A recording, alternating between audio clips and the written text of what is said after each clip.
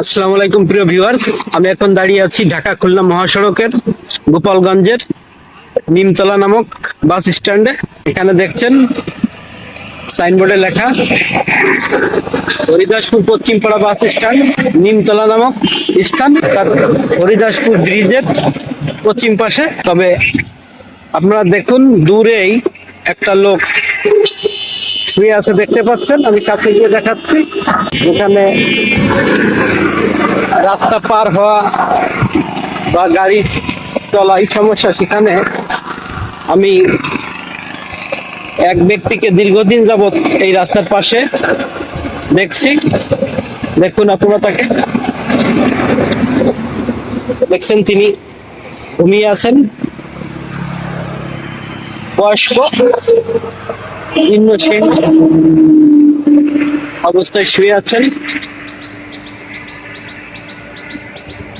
এই লোকটি দেখছেন ব্যস্ততম মহাসড়কের পাশে মাথা দিয়ে শুয়ে আছেন। হয়তো তিনিও কারোর স্বজন, তিনারও হয়তো এক সময় পরিবার ছিল, পরিজন ছিল, কিন্তু এখন তিনি সামনে ছাড়া।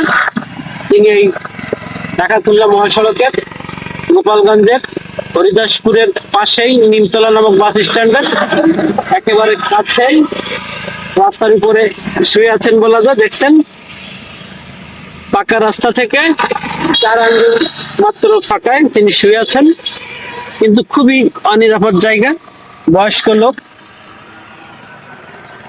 আপনারা যদি কেউ ইনাকে চিনে থাকেন তাহলে ইনার পরিবার পরিজনের কাছে ইনাকে পরিচয় করে দিলে সুবিধা হয়। দেখছেন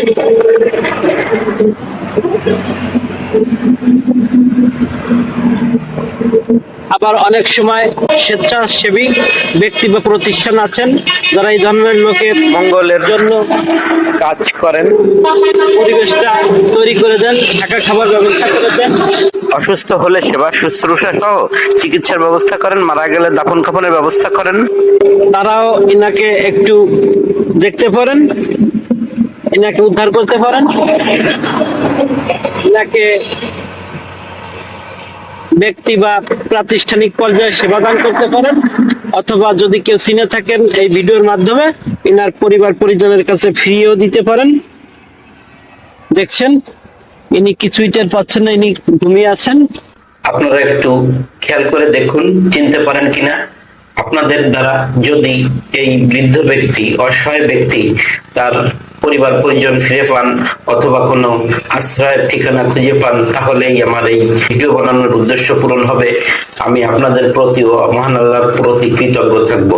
তাই ভিডিওটি বেশি বেশি শেয়ার করবেন। বলা তো যায় না, আপনার এই শেয়ারের মাধ্যমে ইনার একটা আশ্রয়ের ঠিকানা হতে পারে, অথবা ইনার পরিবার পরিজন ইনার সন্ধান পেতে পারে। তাই বেশি বেশি শেয়ার করবেন।